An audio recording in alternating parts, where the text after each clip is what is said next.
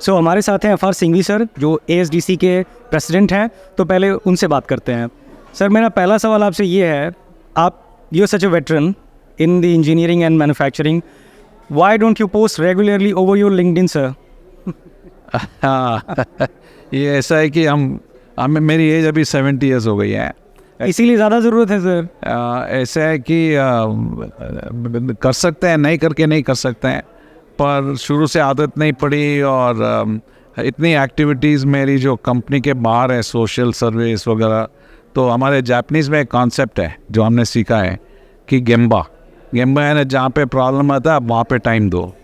तो हम क्या करते हैं कि जो भी प्रॉब्लम है सोसाइटी के, कम्युनिटी के, कंपनी के, उसमें हम फिज़िकली टाइम देते हैं। और इसलिए ये सब सोशल मीडिया में करना और उसको आगे बढ़ाना, फिर you feel happy about this social media, उसमें हर लोग अपना अच्छा ही लिखना चाहते हैं, अपनी अच्छाइयाँ बताना चाहते हैं, पर सब चीज़ें अच्छा ही नहीं होती है। तो why create a picture of the best thing of your life for social media, do best things in your life across in a physical way. So इसीलिए सोशल मीडिया से ज़्यादा जुड़ा नहीं है सर, इसलिए क्योंकि because many Gen Z and millennials जो आज के टाइम पे हमारे वर्कफोर्स हैं, दे यूज़ दीज प्लेटफॉर्म्स, वो इन सारे प्लेटफॉर्म्स का यूज़ करते हैं। और आपके एक्सपीरियंस से, आपकी नॉलेज से, they will enrich their all the insights. So that's why I was asking. हाँ, तो वो सब हम कर रहे हैं ना, कि हमारे ASDC की देख लीजिए, सोशल मीडिया बहुत अच्छी है। कई लोग फॉलो करते हैं, हमारे वेबसाइट पे भी हैं।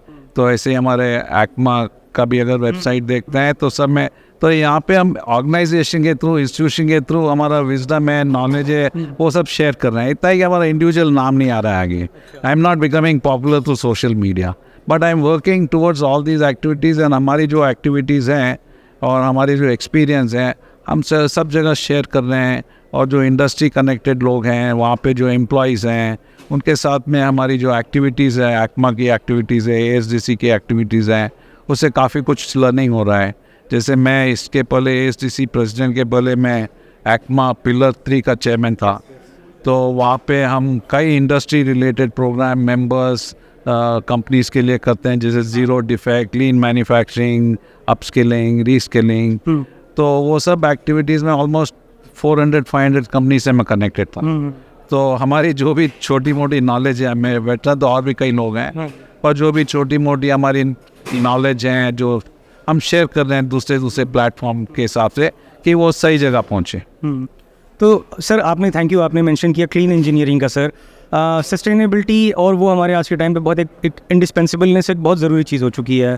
तो हम कैसे आगे क्लीन इंजीनियरिंग में, कैसे एकेडमिक और skilling along with the industry कैसे आगे बढ़ सकते हैं सर? अच्छा, देखिए, एक आपने क्लीन एनर्जी की जो बात की है, क्लीन एनर्जी तो आजकल फ़ायदे की बात है। क्योंकि सोलर लगा लीजिए, विंड पावर लगा लीजिए, आपका इलेक्ट्रिक यूनिट कॉस्ट कम हो जाता है और एनवायरनमेंट भी इससे उसको बेनिफिट मिलता है। तो that is a very logical thing for every company to do. बड़ी वो छोटी कंपनी हो तो सोलर रूफ कर लेंगे, बड़ी कंपनी ज़्यादा पावर यूज़ करते हैं तो सोलर फार्म है, विंड फार्म है, उनको कोई 100% इन्वेस्टमेंट करने की भी ज़रूरत नहीं है। काफ़ी कंपनीज़ है जो ये काम करती है, आपको नॉमिनल इन्वेस्टमेंट करना पड़ता है। जैसे मेरी ओन कंपनी सनसेरा में हमारा almost 70% is renewable energy programme. और हर साल क्योंकि एक्सपेंशन होता रहता है, इसलिए वो 70-80% रहता है। और इस साल जो हम नया सेटअप करते हैं, उसका 1 या 2 साल बाद में एनर्जी रिन्यूअल कर लेते हैं। तो एक तो फ़ायदेमंद की चीज़ है, और दूसरी हमारे कस्टमर भी आजकल इस चीज़ों पे बहुत ज़्यादा ध्यान देते हैं। And it is one of the conditions for our compliance and qualification की ESG बहुत ज़रूरी है। तो ESG में diversity of employment, energy, environment, sustainability, all these activities are now become more of a business process. It is necessary for any smart businessman.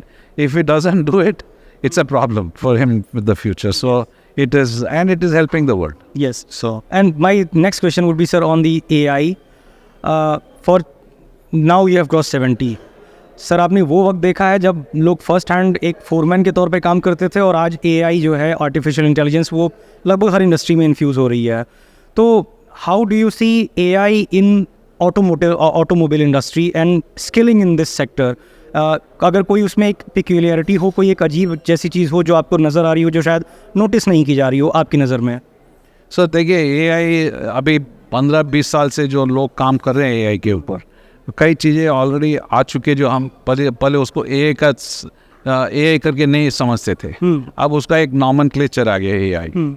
जैसे आपके mobile phone में ले लीजिए, कई ऐसे फीचर्स आ गए हैं जो which like for example the way you talks, अभी एप्पल में सिरी, आप उसको बोलते हैं वॉइस रिकग्निशन, जो पहले था और आज है वो अलग है।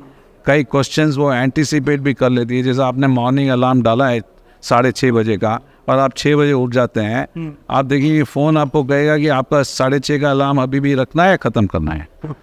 So it is already there in many parts of our country. अभी CNC मशीन में लीजिए, जैसे टूल मॉनिटरिंग सिस्टम है, the tool monitoring system and all these are part of the learning that machine software does and then improves upon it and tells you.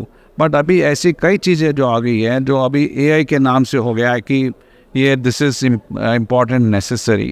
It is nothing but it is a collective work of various human beings over a period of time, and the information or the data available is now put in a proper format.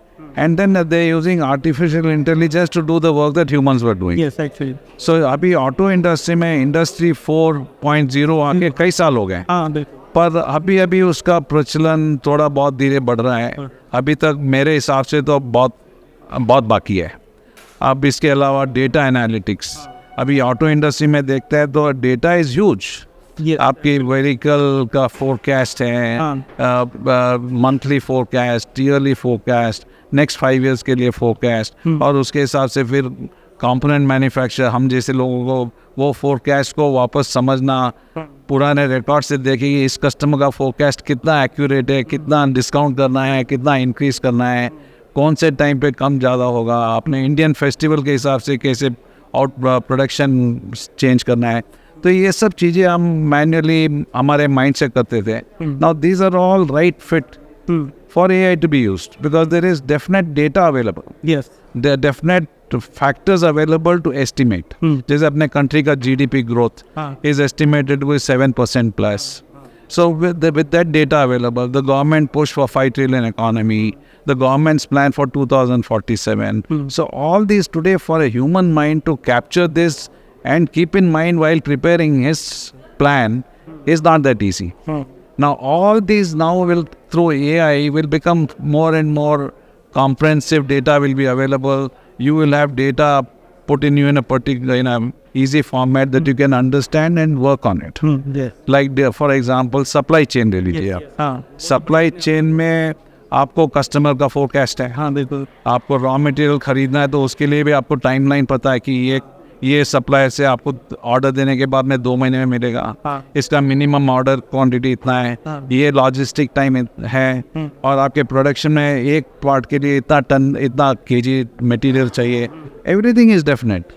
तो आजकल हम क्या करते हैं, we use our experience and our employees and our SAP, ERP वगैरह से data निकाल के we work out an estimate. Now all this data over a period of time, now people will start using AI for all these activities. So in fact ASDC में हम already plan कर रहे हैं कि how to increase people's training on data analytics, how to bring in skills of AI, and how to identify certain areas of automotive business where AI and data analytics can make life better.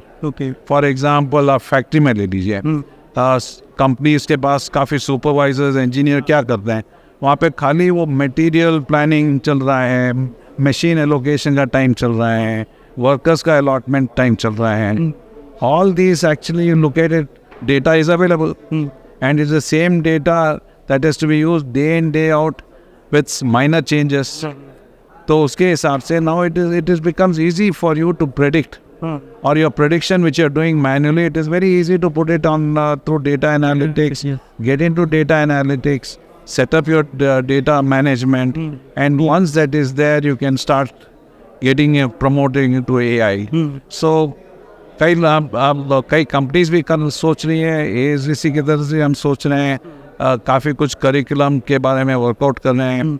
हम college और university के साथ में MOU sign कर रहे हैं, क्योंकि auto industry में largely we were in mechanical engineering, mechanical ही है। But today if you look at automotive is now called mobility, आप मोबिलिटी में देखिए, आपको इंफोटेनमेंट आ गया, ऑटोनमस व्हीकल का सोल्यूशन आ गया, डिफरेंट टेक्नोलॉजी EV BVP